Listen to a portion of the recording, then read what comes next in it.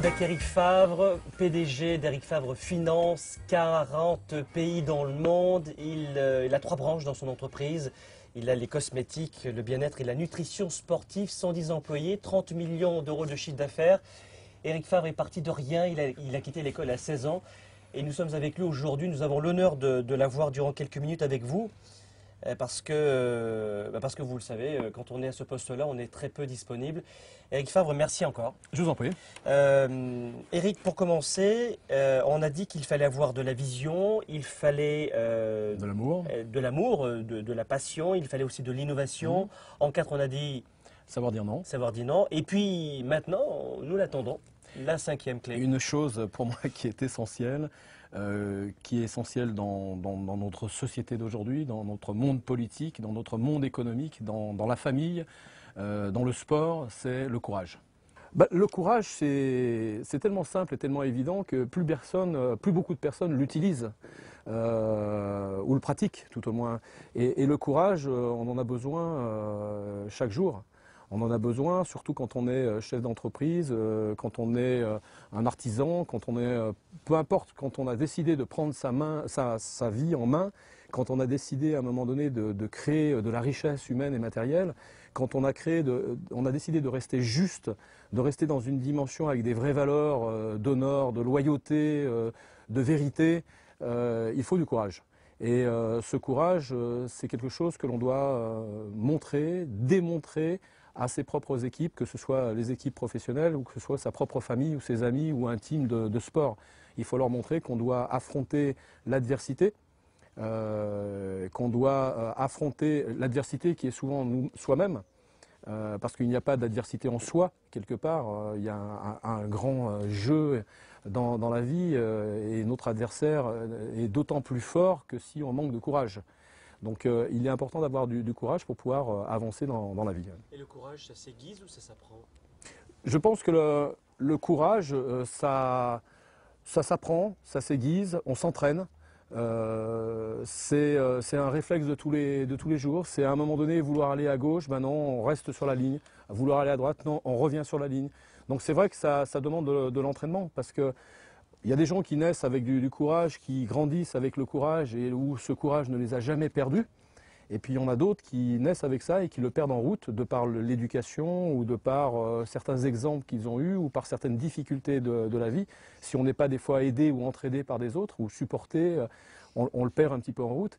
Et puis on arrive à un moment donné dans une société où tout va vite, où les exemples ne sont pas forcément les bons, tout au moins ceux sur lesquels on communique. Et on ne sait plus vraiment ce que c'est que le courage. Et on le dit toujours à celles et ceux qui viennent me voir ou qui m'envoient de nombreux courriels. Beaucoup de gens me disent « Franck, j'aimerais faire les choses, j'aimerais mincir, j'aimerais peut-être monter une entreprise, mais je n'ose pas, je garde le pied sur le frein, j'ai une peur que je n'arrive pas à enlever. » Le courage, vous venez de l'entendre, c'est l'une des clés les plus importantes. Vous savez, si vous ne changez pas votre vision, votre réalité, vous allez rester dans le même cadre de référence. Si vous regardez bien, tous les jours on mange dans des boîtes, nous conduisons dans des boîtes, on travaille dans des boîtes, on sort même en boîte de nuit avec une boîte à lunch.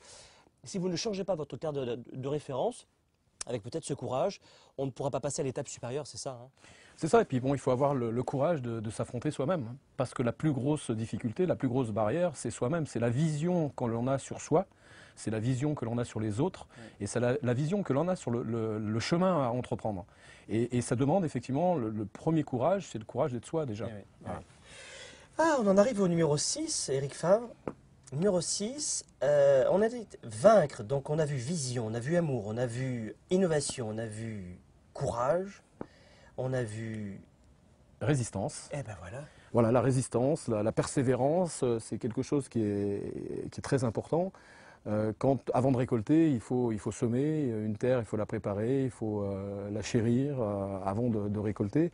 Et ça demande du temps, ça demande du labeur, ça demande du travail, ça demande de la persévérance, ça demande de la résistance aux éléments, aux agressions, etc. pour avoir des beaux fruits, des beaux légumes, des beaux arbres, peu importe. Dans la vie, c'est pareil, dans le travail, dans la vie de tous les jours, dans le quotidien, il faut être résistant. Pas résister contre soi-même, bien au contraire, il faut savoir lâcher prise soi-même, mais être résistant par rapport aux obstacles de la vie. D'ailleurs, c'est marrant parce que, enfin c'est marrant, vous savez, selon les statistiques, environ 50% des entreprises ferment leurs portes dans les 5 premières années de création si elles ne sont pas suivies en coaching, en tutorat ou avec des relations fortes qui peuvent les aider. Et vous avez vu, on le voit en permanence avec des leaders, les facteurs clés de succès se ressemblent très souvent et la persévérance versus la résistance reviennent aussi très couramment. Donc merci encore pour ce conseil numéro 6. Et c'est le dernier, mais déjà le dernier, Eric Favre. Eh bien, il faut bien y passer. On va commencer par on va finir par le dernier avec lequel on aurait pu commencer. C'est l'éducation. C'est les compétences. Les compétences sont essentielles, donc c'est ce que j'ai appelé l'éducation. Mais dans l'éducation, on met plein de choses. On met les compétences, qu'elles soient professionnelles, on met l'estime de soi, l'épanouissement personnel, on met l'éducation. On doit s'éduquer toute notre vie. On a une première partie de notre vie où finalement on subit cette éducation. On a l'éducation de nos parents, de l'école, de la famille, etc. On la subit. Mais quand on vient à l'âge adulte, on a le choix de cette éducation. Et à un moment donné, on a un devoir de continuer à se former, de s'éduquer, d'améliorer nos compétences. Et à partir du moment où on améliore ses compétences, la vie paraît beaucoup plus facile parce qu'on est en adéquation avec nos objectifs, avec nos envies, avec des vraies compétences. Oui, d'ailleurs, beaucoup de motivateurs et de coachs le disent souvent. Tout élément qui sort de votre portefeuille et qui est consacré au-dessus des épaules est un investissement. Entendez par là l'achat d'un livre, de CD, etc., l'apprentissage. Et tout ce qui est en dessous des épaules, c'est une dépense. Voilà, investissement pour au-dessus des épaules. Et puis à partir du moment où c'est en bas, c'est une dépense. Donc à vous de réfléchir là-dessus. Eric Favre, question rituelle, c'est la fin. Imaginez que ce soit une baguette magique. Voilà, alors si vous aviez cette baguette magique, je vous la donne. Tenez, regardez. Baguette magique. Si vous aviez une baguette magique maintenant, qu'est-ce que vous aimeriez le plus cher au monde? Si j'avais une baguette magique maintenant, je prendrais une pelle et j'irais l'enterrer à 10 mètres sous le sol pour pas du tout l'utiliser et l'activer parce que je pense que la vie est beaucoup plus magique que ce simple fait magique. Je suis désolé, mais j'ai appris que la seule magie que l'on avait dans la vie, c'est celle de l'homme, de l'humain, de sa volonté, de sa conviction, de son amour. Je ne veux pas faire défaut à votre jeu, mais je ne peux pas répondre sans être moi-même. C'est-à-dire que je ne l'utiliserai pas et je l'enterrerai bien profondément dans la terre. Ouais. Voilà. Donc je ne veux pas gagner au loto, je veux mériter ce que je veux construire. Merci mille fois pour ces conseils. Eric Favre, c'était Vaincre 7 conseils, 7 minutes avec vous. Vous allez faire un petit bain après, non? Vous allez en profiter? Non, j'ai une soirée ce soir. Ah bon, d'accord, très bien. Je profiterai pour vous. Franck, merci beaucoup en tous les cas. À bientôt. Et bravo pour votre travail. Merci, à bientôt. Au revoir.